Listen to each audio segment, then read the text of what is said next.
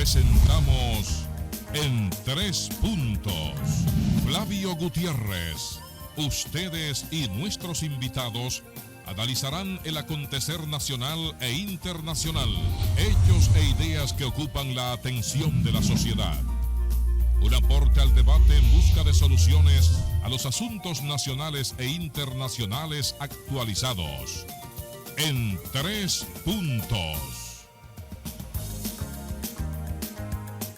Muy buenas noches a todos nuestros amigos televidentes que siguen nuestro programa todas las noches, cada día, para interpretar todo lo que nosotros presentamos como programa de televisión, con nuestras informaciones, con nuestros invitados y también con nuestros comentarios. Hoy tenemos a un invitado especial con nosotros, que es parte de este programa, el doctor José Eliseo Almanzar, un especialista en temas jurídicos y sobre todo también un intelectual en muchísimos temas que nosotros compartimos aquí precisamente por sus conocimientos. Javier López, Guillermo Torres, buenas noches. Buenas noches, Flavio. Buenas noches, Guillermo. Buenas noches, José Eliseo. Buenas noches, amigos televidentes. Hoy tenemos un conversatorio con José Eliseo Almanzar. Bienvenidos. Gracias, Flavio, Javier, y a ustedes, amigos televidentes de su programa En Tres Puntos. Bienvenido, hermano José Eliseo Almanzar. Bueno, gracias a ustedes por la invitación y saludando al público. Y como siempre digo, aquí estoy en mi casa, de nuevo. Así es. No hay duda. Así que vamos adelante. Sin titubeo. Así empezamos nosotros en el lunes 26 del mes de julio, ya finalizando. Sí. José Eliseo. 27. 27 Más de cerca julio. del final. Sí, pasa que los padres vuelven a nosotros. Sí, estamos. Guillermo, tú sabes que Guillermo no es papá, pero siempre está como un chimo sobrino, muchísimas cosas, sí, que es el porque- papá de los sobrinos. Porque dice un refrán que al que Dios no le da hijo, el otro le da sobrino. Totalmente. Así es, me sobran y ahijado. Y le sobra ahijado. Eso es la realidad.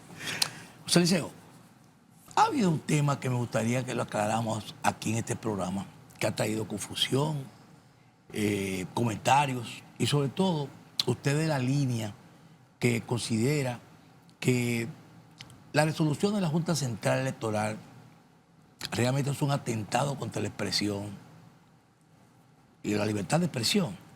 Entonces me gustaría que habláramos del tema porque hemos visto que esa resolución parecía que iba a ser rígida. Sin embargo, salió publicada una encuesta que causó un poco de sorpresa porque se entendía que esa resolución abarcaba a todos en cuanto a lo que serían las publicaciones como respecto a la Junta Central Electoral.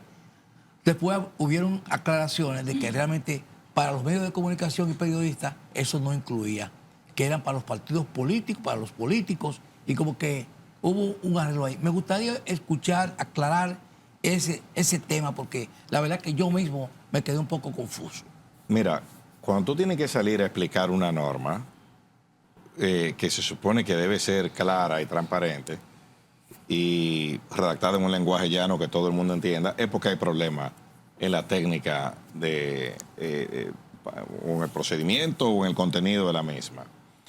La Junta Central Electoral emitió esta resolución ilegal, totalmente ilegal, fuera de su propia legalidad, inconstitucional también, porque toca derechos fundamentales que solamente pueden ser regulados por ley.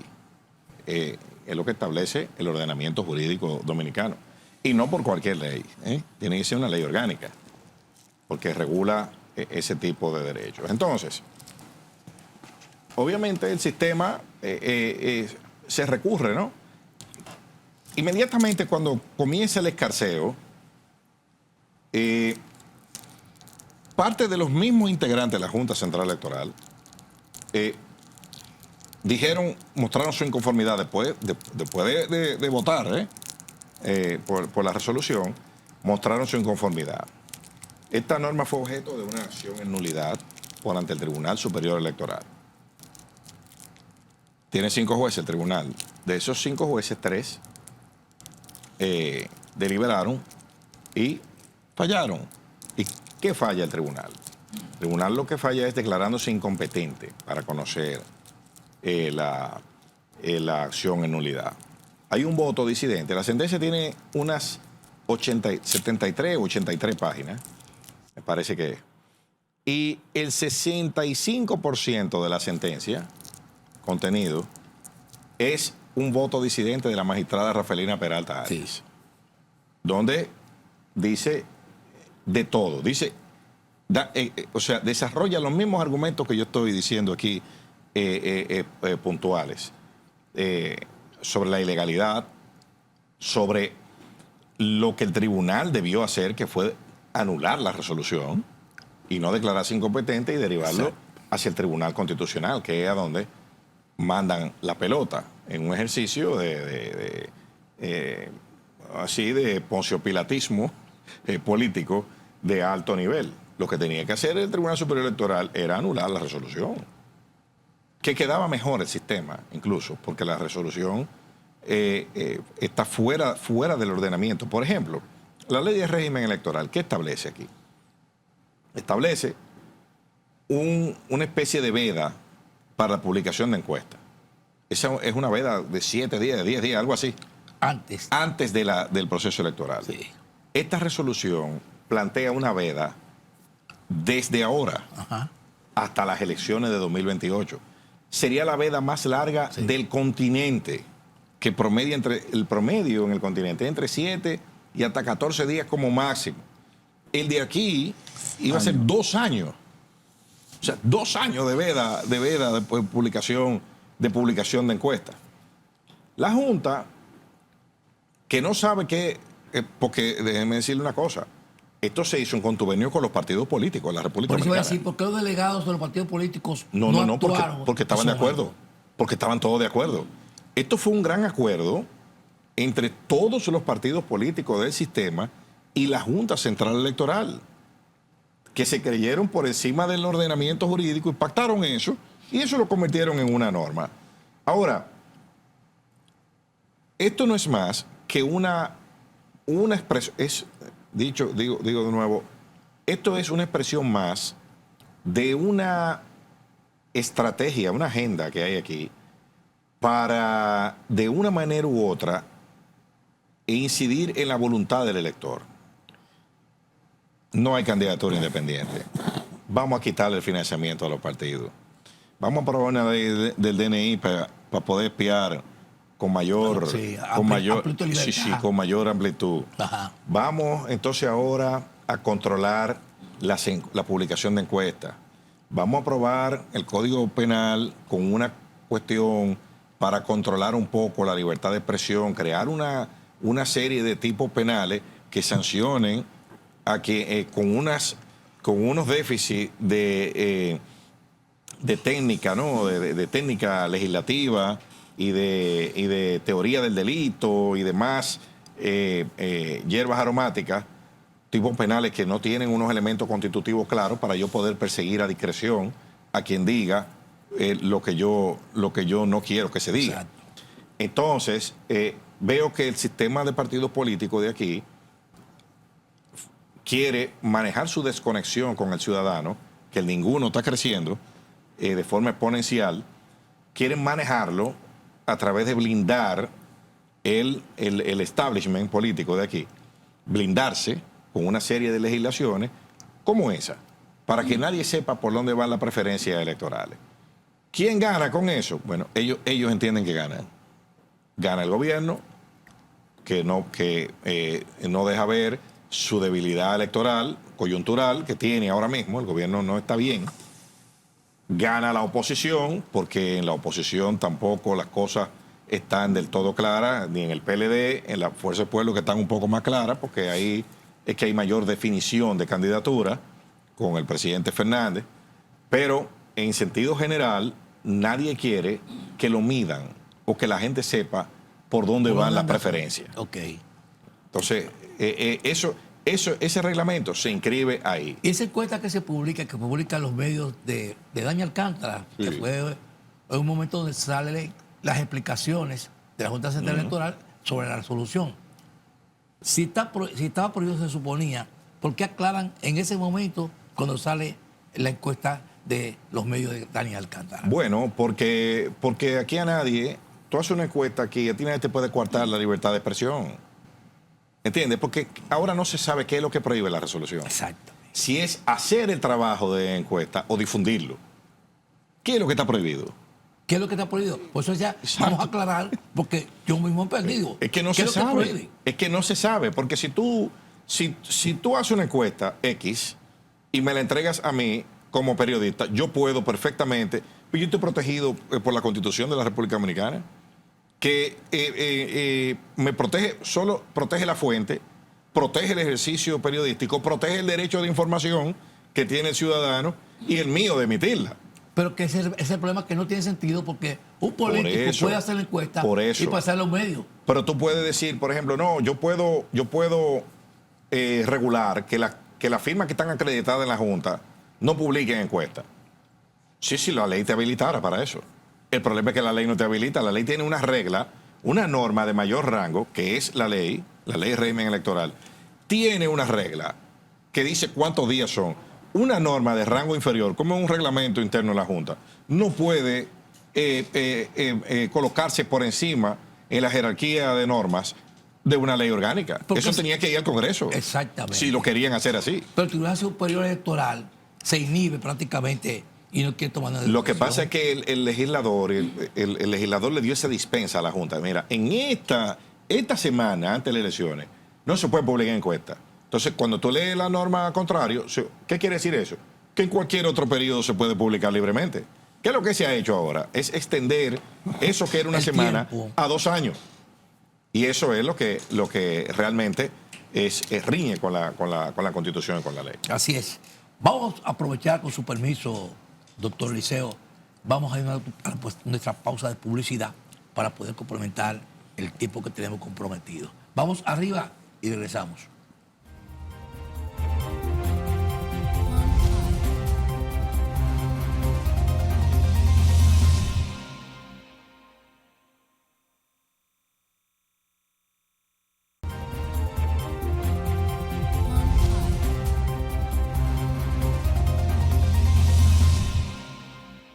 Bien, continuando con nuestro programa en 3 puntos y aquí llevando nosotros un brindis a nuestros invitados especiales. Ese va a ser con un sabroso jugo de rica. Cóctel de néctares con una calidad inigualable, siempre con todo el sabor de la fruta natural, todos estos jugos que tenemos acá con... Dele, que choque, que se suene. Que se suene que así la es. copa. Esa es la calidad Hay que está algunos que sonando. dicen que Así es. protocolarmente ya, eso ya. Esa es la calidad. Pero que se sienta el grupo rica. Que se sienta el grupo de rica, que suenen los tambores también. Así es. José Liceo, yo también tengo otro tema que usted es uno de los que entiende que es así. Y me gustaría también, yo tengo una aclaración hoy, que usted aprovecha a los juristas, que siempre son los que están en el tapete, y sobre todo como una persona que tiene los medios de comunicación, también está en los medios de comunicación dando este tipo de explicación. No es de nosotros, sino también tiene su programa political. Así es. Aquí fue que yo me desarrollé en la televisión. No, usted es un hombre de calidad. Entonces, en uno de esos temas que usted pone interesante y que crea contradicción y crea situaciones, por ejemplo, usted dijo en un momento dado que el derecho penal está hecho para los pobres. El que tiene dinero no importa el código que tenga ni el código que es. ¿Cuál es la explicación si realmente el código penal está hecho para perjudicar o condenar a los pobres? Bueno, el derecho penal, en sentido general, y las estadísticas lo respaldan. ¿Quiénes son los que están presos? Aquí, coja un país, el que a usted más le guste. El que a usted más le guste. Y hay un estudio socioeconómico de la gente que está guardando prisión. La mayoría son pobres. Sí, es verdad. En todas partes del mundo, ¿eh? O sea, ¿qué quiere decir eso? Que el carácter punitivo del derecho es para castigar a los grupos Más vulnerable. indeseables. Indeseable. ¿Quiénes son los indeseables? Bueno, los grupos minoritarios, migrantes, temas raciales y pobres en las sociedades. Y yéndonos ya a la concepción filosófica de esto. ¿Qué son los policías, o los jueces? Cuando se da la Revolución Norteamericana, por ejemplo, que se está discutiendo el proceso de fundacional de los Estados Unidos. Dice, bueno, aquí hay que hacer 3 poderes. Un ejecutivo que tenga las armas. Pero el que tenga las armas no puede tener el dinero. El dinero lo tiene otro, que es el Congreso. Y cuando tú y yo peleemos, tiene que haber un árbitro. Pero no puede tener ni armas ni dinero el árbitro. Y ese es el Poder Judicial. Necesita las armas de uno y el dinero que le dé el otro. El poder más débil de los 3. Porque es el árbitro. El árbitro no puede ser más fuerte ni que tú ni que yo. Entonces ese poder, donde está el árbitro, tiene que estar conformado por hombres independientes. Así lo describen los fundadores, los padres fundadores de Estados Unidos en el Federalista. Pero ¿independiente de quién? Independiente del pueblo. No independiente del poder político. ¿Por qué? Porque yo sigo necesitando las armas tuyas y el dinero tuyo. Yo no puedo ser independiente de ti. Yo de quien tengo que ser independiente de los ciudadanos. Porque yo estoy aquí para proteger, puesto por una élite, para proteger a una élite de esa gleba, de esa turba, que son los ciudadanos. A mí que sacarme de ahí y protegerme, por eso los jueces en Estados Unidos son vitalicios, tienen de todo, porque lo sacan de ese grupo y lo ponen, que le crean una élite especial para eso. Entonces, cuando usted se lee, por ejemplo, el Código Procesal Penal, aquí, dice, lo que tiene que tener el juez lo que tiene que tener en cuenta para determinar una sentencia, una de las primeras cosas que dice, el nivel socioeconómico del imputado. Entonces, cuando yo para imponer una pena tengo que considerar el nivel socioeconómico del imputado, ¿qué quiere decir eso? Bueno, que si yo tengo un nivel socioeconómico más alto, conmigo hay que tener otro tratamiento. Pero lo mismo cuando vamos a solicitar medidas de coerción. ¿Cuáles son los supuestos bajo los cuales se otorga medidas de coerción? Bueno, arraigo. ¿Y quiénes son los que tienen arraigo? El que tiene dinero. El que tiene propiedades, El que tiene dinero, el que tiene negocio, el que tiene... ¿Es el que tiene arraigo? ¿Para qué son los cuerpos represivos del Estado? Cuerpos represivos, ¿quién los crea? O la élite. Los policías vienen de familias ricas. No. Los policías son pobres. Son pobres a los que entrenan para agredir, Para maltratar y matar pobres. Reprimir. Para reprimir pobres. Sí, claro, Entonces claro. yo, como soy rico, por ejemplo, ¿no? Yo contrato a un pobre para que se encargue de lidiar con los pobres. Sí. ¿Entiende? Porque lo mío es control de masa, de élite. Por eso el policía usted lo para en naco Y y dice, buenas noches, y él saca un teléfono y lo graba a usted. ¿Por qué? Porque si él se porta mal, él pierde hasta su puesto. Sí. Ahora, ese mismo policía en Cristo Rey o en Gualey, cállese, ¡pum! Y si te pone un tiro, Sí, así. el mismo policía, Sí. en Naco y en Gualey. ¿Entiendes? Sí, Entonces, sí. ¿por qué? Porque eso está hecho para eso. ¿Qué protege en la policía? Vidas y propiedades. ¿Quiénes son los que tienen propiedades? O sea, son dos cosas que protege. Sí. Vidas y propiedades. El pobre tiene derecho a estar vivo. Y después de proteger la vida, son las propiedades. ¿De quién son las propiedades? De los ricos. De lo que tiene. De los que tienen opulencia. propiedades. Claro. Entonces, el sistema está hecho ¿para qué? Bueno, para que los que tienen recursos salgan. Dice, bueno, tú no dices nada cuando fulano se robó un pollo y duró 5 años preso. Y bueno, tú sabes por qué yo no digo nada. Yo no digo nada porque el que lo tiene preso ahí es el Ministerio Público, que pidió prisión para él y lo tiene bajo su custodia y no lo lleva a las audiencias. Y van y pasan y piden aplazamiento y piden de todo. Quien pidió prisión fue el Ministerio Público. Ese mismo que tú dices que es bueno porque combate la corrupción, porque ese es el que tiene la cárcel llena aquí. Que a Wander Franco le dieron un perdón judicial. Sí. Bueno, porque Wander Franco tiene para pagar abogado. Fulano que se robó 32 aguacates en Ocoa, no tiene para pagar abogado. A ese que se robó 32 aguacates, lo defiende un defensor público que debe tener más o menos 300 expedientes asignados a él y que gana 60,000 pesos. 60,000 o 70,000 pesos mensuales. lo que cobra un abogado por una medida de coerción en un pueblo. Así es. Ese se lo gana en un mes con 300 casos. ¿Entiendes? Entonces, la ley dice lo que dice. Lo que pasa es que tú tienes que pagar. Obviamente, tú dices, bueno, aquí volvemos a una tesis que se construyó después de la Guerra Civil de Estados Unidos, que una de los temas ahí era la igualdad, ¿no? La racial, por el tema de esclavitud. Bueno, pues ahí hubo un caso en la Suprema Corte de Justicia de Estados Unidos, que el caso Plessy versus Ferguson, un caso famosísimo. Y entonces, la Suprema Corte de Justicia enarbola una teoría, dice, sí, son iguales, pero no lo mismo.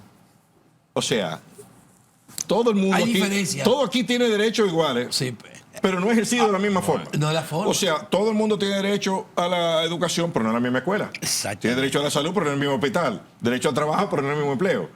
Y eso le tomó a los Estados Unidos, esa sentencia es del siglo XIX, final del siglo XIX. Y ustedes saben cuándo fue que eso se eliminó formalmente en Estados Unidos. En el 1961. O sea, el otro día. Sí. Entonces, ¿qué pasa?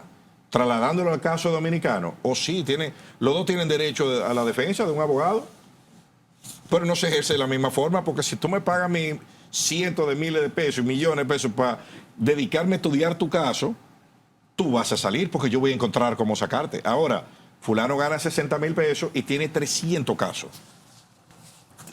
¿Cómo lo van a sacar? Tú vas a un hospital público, bueno, hay 150 personas adelante. Tú tienes que esperar tu turno.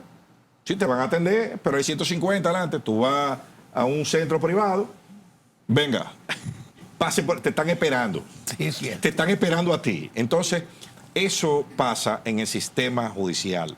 Por eso, lamentablemente, no es que yo esté de acuerdo con eso, pero esa es la realidad. Y si no lo decimos, si no sale gente a decir eso, toda esa gente que está siendo víctima de eso queda invisibilizada. Por eso le puso el tema, porque usted es un hombre de los tribunales, un hombre de la justicia, hace justicia porque defiende casos, están en casos y lleva un proceso. Y se dan esas irregularidades. Yo creo que el efigie que tiene la balanza que representa la justicia, la balanza no está equilibrada, incluso se ve que hay una que está más bajita que otra. La igualdad es una construcción. Porque no hay igualdad. Porque tú eres igual que quién. Que los que son iguales que tú. A tus iguales. Exacto. Entonces, ¿cómo tú ejerces, cómo tú construyes un concepto de igualdad? Nosotros somos tan iguales que hay que decírnoslo. Sí, porque no es evidente. Sí, eso es real. Si somos iguales, debería ser evidente. Pero somos tan iguales que hay que repetírnoslo muchas veces.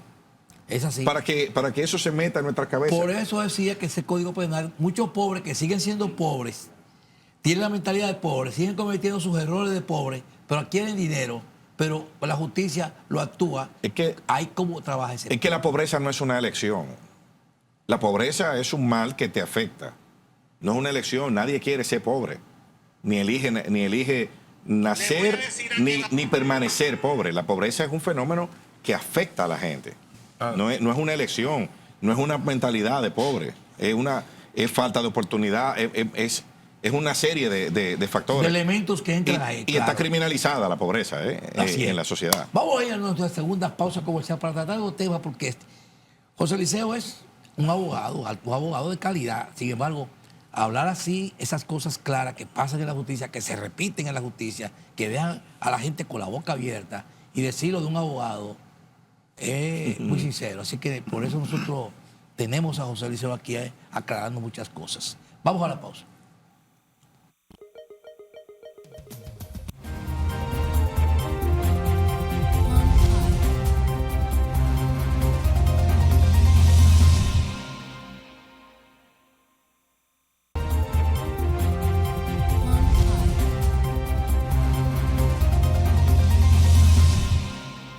Ya de regreso aquí, en nuestra entrevista con el doctor José Eliseo Almanzar, Lelo para nosotros. Adelante, Guillermo. José Eliseo, a propósito de hablar del tema judicial y específicamente del derecho penal, vamos a irnos a un caso específico, ya saliéndonos un poco de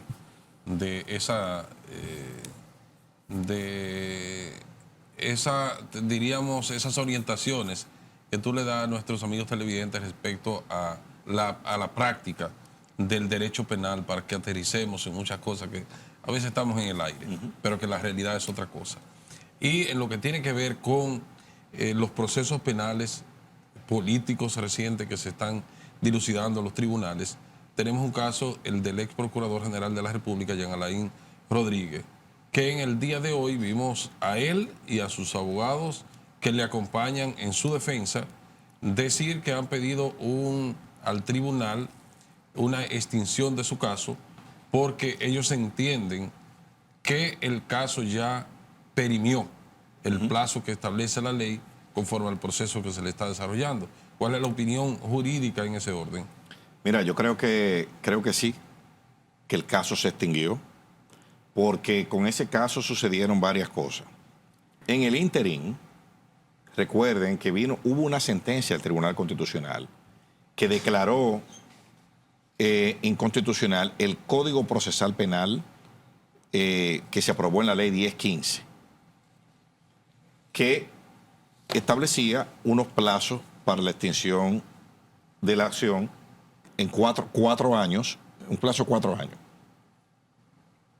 Esa norma, a su vez, lo que hacía era extender ese plazo a 4 años, porque originalmente era de, creo que 2 o 3 años en la 7602.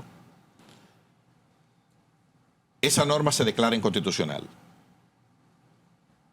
¿Cuál es la norma que aplica? Si la ley 1015, que establece 4 años, la declara inconstitucional, ¿cuál es la norma que aplica? O la que esa legislación derogó, que es la 7602, que era la norma anterior. Pero en cualquier caso, si tomamos la ley 1015 o la 7602, que era la del Código Procesal Penal anterior, en cualquier caso, en ambas situaciones ya está ventajosamente vencido el plazo. ¿Por qué? Porque ese caso empezó en 2021 y estamos en el 2026. Tiene más de 5 años ya. Que tú puedes decir, bueno, hay dilaciones que no son atribuibles, que son atribuibles al imputado. Bueno, pero eso hay que probarlo en el tribunal. O sea, que hay que decir cuántas suspensiones hubo y a instancia de quién. Y cuánto entonces se le añade, como a propósito que se acaba de jugar el Mundial de Fútbol, cuánto de tiempo suplementario ordenan los árbitros por el tiempo que se perdió entre sustituciones y faltas, eso mismo. Entonces, obviamente, aquí hay una reticencia en los tribunales fuerte y en el Ministerio Público también a aceptar ese tipo de cosas. Hemos visto que el procurador adjunto, el doctor Camacho, ha dicho que eso no es un plazo matemático. O sea, una regla que hay en el código que establece un plazo de X cantidad de años, él dice que eso no es un plazo que hay que contarlo de forma numérica, matemática, sino que hay que considerar todas las causas. Ahora, ¿cuáles son las causas que considera? No dice. Eso se ha construido jurisprudencialmente. Y yo he visto muchísimas sentencias de los jueces que dicen que bueno, que eso no se puede aplicar, porque hay una reticencia en los tribunales. Ahora, el Tribunal Constitucional ha dicho en reiteradas ocasiones que el cómputo del plazo ha fijado varios criterios para determinar el cómputo del plazo. Y no se puede penalizar al imputado simplemente por pedir un aplazamiento, siempre y cuando sea en el legítimo ejercicio de su derecho de defensa. El ex procurador, Jean Alain, que según he visto la cronología del caso, pidió solamente, creo que 2 permisos para ausentarse. Una vez que le murió un pariente y otra vez fue un chequeo médico. O sea que fueron apenas 2 audiencias las que se suspendieron a instancia de él. Ahora yo pregunto, ¿y qué esperaba el Ministerio Público? Después de llevar un expediente con todos esos miles de páginas y con todos esos imputados, con todos esos tipos penales, ¿qué esperaban ellos? Que lo iban a conocer dentro de los plazos, después de pedir que lo declararan complejo, después de pedir todo eso, ¿qué esperaba el Ministerio Público que sucediera? O sea, ¿qué esperaba? ¿Tener un resultado distinto? Yo creo que eso a lo que debe revisarse aquí es la mecánica de investigación y de preparación de esos expedientes. ¿Habrá una provocación a que eso suceda o una omisión? Mira, yo creo que eso llenó su cometido. Esos casos llenaron su propósito. El propósito, eso tenía un propósito político. Ahí no se quería llegar al fondo de nada. Eso tenía un propósito político. Hubo mucha gente que cosechó, cobró, construyó mucho capital político con esos casos. ¿Y un propósito De político hecho, no ha revertido también eso? De hecho, no, bueno, porque ahora viene otro ciclo político. Ahora viene la guagua viene de reversa ahora. Ok. Pero nada más tienen que ver quiénes son los que están dirigiendo el Ministerio Público hoy en día. Sí. ¿Y de dónde salieron? O de esos casos. Eso salió de ahí. Esa gente cobró de ahí. Tuvo su oportunidad, hizo. Y cuando digo cobró, me refiero al crédito social y a la relevancia que adquirieron en determinado momento. Pero ya, obviamente, como dice la canción de Rocío Jurado, se nos rompió el amor. Dice, las cosas buenas duran poco, jamás duró una flor 2 primaveras. Entonces ahora viene el ciclo de los que fueron verdugos en su momento. Ahora le toca. Eso es como tú juegas pelota, ya tú bateaste, ahora te toca parar. Porque te hicieron tu treado. Entonces ahora tú vienes, ahora te toca a ti. José Liceo, cambiando el tema, Sí. las noticias de la guerra siguen llegando. Siguen llegando. ¿Cuál es tu opinión sobre el curso de la guerra que se está librando ahora mismo? Complicado el escenario internacional, muy complicado. Estamos viendo cosas que no pensábamos que íbamos a ver. Por ejemplo, la principal variable, porque a nosotros nos importa poco que en Irán esté pasando algo, a menos que veamos el petróleo cuando vamos a echar gasolina, eso es lo que estamos viendo. Lo primero es la inflación. En los primeros 5 meses de este año, nosotros tuvimos una inflación en República Dominicana en alimentos y bebidas no alcohólicas que triplicó el promedio mundial de la FAO. 2.2% en el mundo, la de aquí fue 6.6% en alimentos y bebidas no alcohólicas. Eso está impactando el bolsillo directo, porque es el estómago de la gente lo que se está jugando. Sí. Y todavía lo peor en esa materia no ha llegado. Llega a partir del mes próximo, agosto, septiembre, que es donde se va a cosechar lo que se sembró con esos fertilizantes caros y con el combustible caro. ¿Cómo está? Para que ustedes tengan una idea, en Estados Unidos, que es productor de petróleo, principal del mundo, la gente está comprando el diésel a $5 el galón.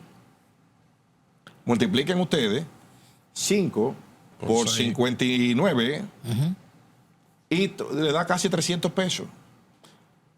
Ustedes saben cómo lo estamos comprando nosotros aquí. Más o menos al mismo precio, pero después de todos los impuestos, todos los márgenes. Al final. ¿Qué quiere decir eso? Que cuando usted le hace el breakdown al precio, el gobierno, eso que cuesta más o menos $4 en Estados Unidos, el gobierno lo está calculando a $2.71. O sea, cada vez que va un camión a echar diésel, va una guagua a echar diésel, que echa 50 galones de diésel, multipliquen eso por 1.29 y después multiplíquelo por 59. ¿Entiendes? Sí, por la tasa. Que es la tasa. Entonces, estamos hablando de, si son 50 galones, 1.30, vamos hablando que $65 en 50 galones. $65 por 59, eso el gobierno le está subsidiando a ese camión. Estamos hablando de 3.600 pesos, de 3.700 pesos ahí en ese tanque. Entonces, eso es insostenible. Eso es insostenible, ¿eh? Por algún lado eso va a explotar porque la gente dice, el gobierno asume un sacrificio. ¿De dónde el gobierno se financia? Es de los impuestos tuyos. Eres tú que lo estás pagando. Sí. O sea, tú no lo pagas en la bomba, pero lo pagas por otro lado, porque el gobierno no produce dinero. Entonces, ¿qué está pasando en el mercado de petróleo? Por ejemplo, el viernes, para que usted tenga una idea de la manipulación que hay ahí, más o menos se hacen alrededor de 150 transacciones de petróleo por minuto, electrónico. Ajá. A las 4 y pico de la mañana de este viernes recién pasado, se hicieron más de 5.000 transacciones en un minuto, donde 5 millones y pico de barriles de petróleo cambiaron de mano. ¿Cómo lo miden eso? No, eso, electrónico, los algoritmos. Sí. 5.000 y pico de transacciones, donde se transaron 5 millones y pico de barriles de petróleo en un minuto. Oh, ¿y cómo fue eso? Cuando abrieron los mercados de petróleo, eso así, ¡pum! Y se fue para abajo, hacia abajo. Para abajo. Entonces, ¿por qué? ¿Por qué pasa eso? Por cada barril de petróleo que se extrae, se transan 5 en el mercado. Entonces tú puedes manipular los precios transando hacia un lado y hacia otro. Ahora, ¿qué es lo que pasa? Que el inventario físico está bajando. Sí. Por más que tú transes, tú lo puedes poner a $50 mañana. En todos los países está pasando lo mismo. Tú puedes ponerlo a $50 mañana y el inventario físico está bajando. Sí, porque tú no estás produciendo la cantidad que es. Y en algún momento eso va a explotar. Así es. Vamos a irnos, está muy interesante el tema, pero vamos a irnos a la pausa para cumplir con la publicidad y también para entrar en la última pausa del programa. Vamos arriba y regresamos.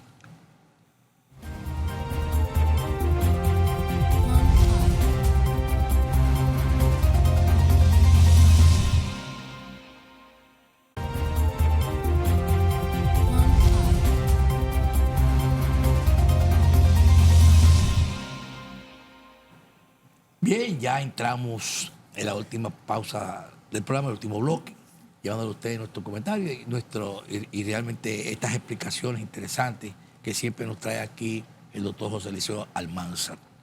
Javier, tú tenías la pregunta porque realmente ese tema se está jugando con un precio realmente para, por ejemplo, en nuestro país, tratando de manejar una crisis. Ahora, eso puede ser una bola de nieve, se puede convertir en el sentido de que realmente hay un precio reprimido, realmente, pero al final eso no se compensa con la economía que estamos teniendo en Dominicana, con los presupuestos que está establecido. Entonces, ahora mismo hay un presupuesto complementario que se está gritando por buscar 40.000 millones para poder suplir algunas de esas situaciones que tenemos de gastos.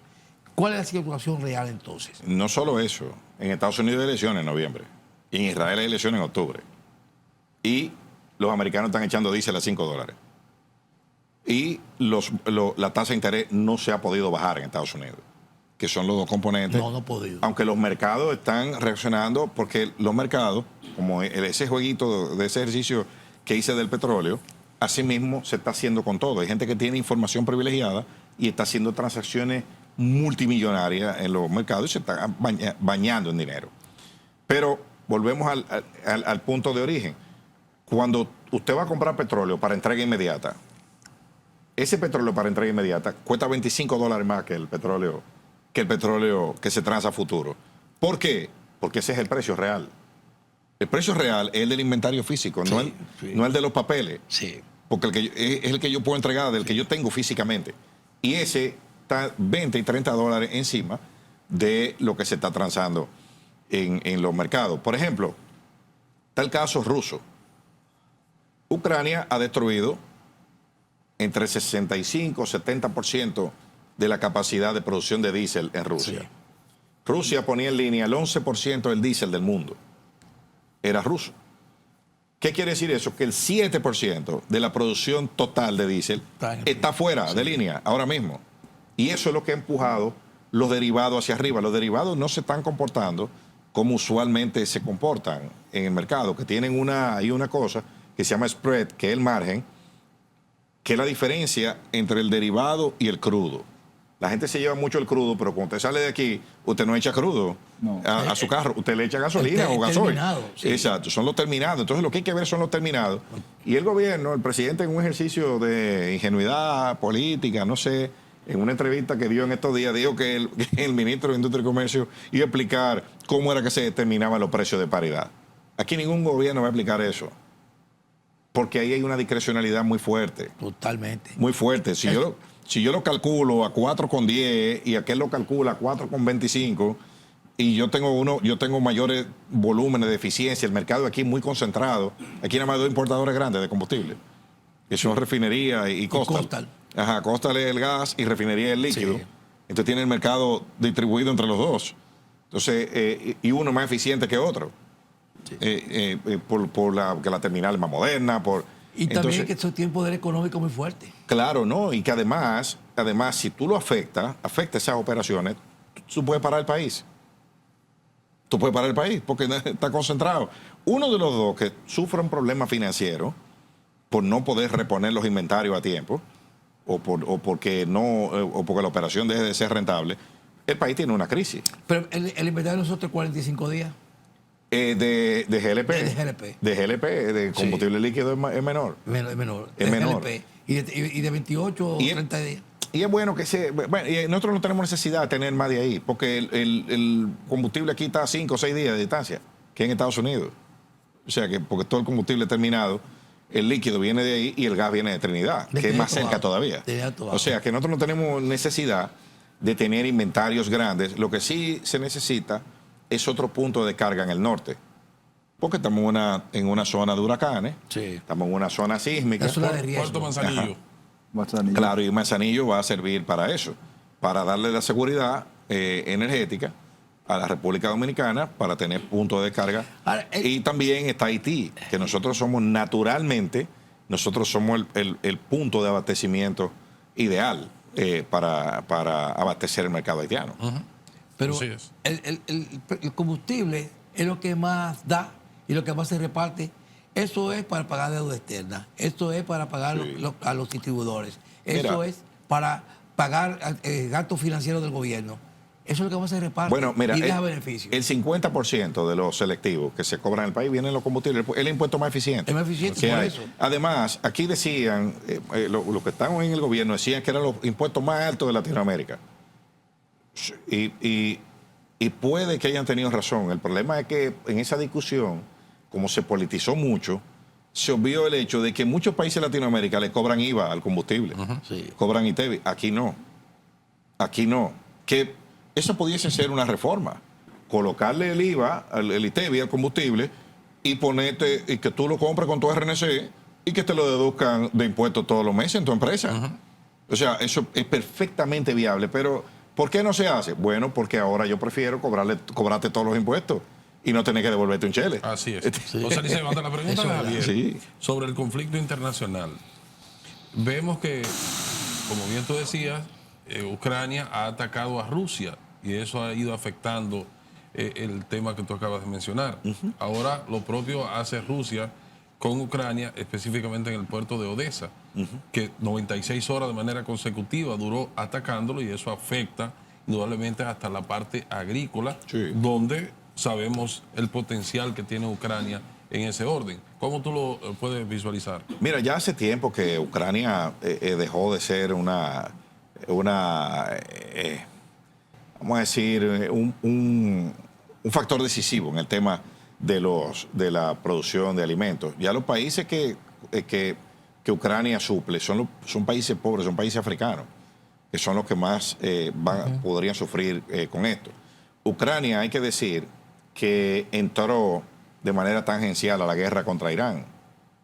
Atacó un petrolero en el mar Caspio y los iraníes dicen que van a responder, que están estudiando la respuesta. Si van a atacar directamente o van a proveer de armas a los rusos para que los rusos ataquen blancos en Ucrania. Esa es una de las ramificaciones de la guerra más peligrosa que se puede dar. ¿Por qué? Porque ya la guerra de Irán es una guerra regional, ya no es una guerra entre Irán, Israel y Estados Unidos. Y ahí están metidos Arabia Saudita, Yemen, Emiratos Árabes Unidos, Kuwait, Jordania, Irak. O sea, ya hay 7 u 8 países que están involucrados y al parecer eso se va a extender más todavía. Entonces, obviamente hoy cuando estamos haciendo este programa, Netanyahu está en Washington, porque Netanyahu va con su lista. Una de las cosas que está en la lista de Netanyahu es oponerse a la venta de aviones F-35 a Turquía, que Trump le autorizó en la cumbre de la OTAN. Netanyahu no está de acuerdo. Netanyahu tampoco está de acuerdo con que los saudíes vayan a enriquecer uranio.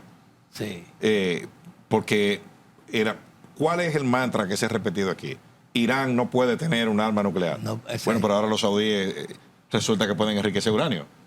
Entonces, el equilibrio de esa región está en peligro. Muy peligroso. Está en peligro. y Estados Unidos no encuentra cómo salir, no tiene armamentos para sostener un conflicto por mucho tiempo. Y la verdad que el escenario es complicado. Yo no te puedo decir ahora mismo qué va a suceder. Para terminar, ¿tú crees que es posible que esa guerra pueda escalar? Porque ya hemos visto como Corea del Norte se está inclinando en hacer posiciones públicas para apoyar a los islamistas. Hemos visto también que los chinos han hecho advertencias de que no se excedan en lo que sería la forma de utilizar armas contra Irán. Entonces, como que puede escalar en un momento determinado de continuar esta confrontación bélica. Bueno, lo que pasa es que cada uno tiene su agenda. Yo acabo de escuchar al presidente Trump hace minutos decir que Estados Unidos tiene más gasolina que cualquier otro país, que no es el caso chino, y eso es al revés. Las reservas estratégicas de petróleo de Estados Unidos están en alrededor de 300 millones de barriles. La de China es de más de 1.400 millones de barriles. Y China tiene capacidad para refinar más petróleo que Estados Unidos. Así es. José Liceo, como siempre, agradecido de A ustedes por la programa, invitación. por nosotros estar escuchando esas explicaciones tan precisas, claras y contundentes. Muchísimas gracias. Gracias a ustedes. Así decimos Bueno. también a nuestros amigos televidentes. Muchísimas gracias por su atención prestada. Buenas noches. Feliz noche. Vamos en 3 puntos. Flavio Gutiérrez, ustedes y nuestros invitados analizarán el acontecer nacional e internacional, hechos e ideas que ocupan la atención de la sociedad. Un aporte al debate en busca de soluciones a los asuntos nacionales e internacionales actualizados. En 3 puntos.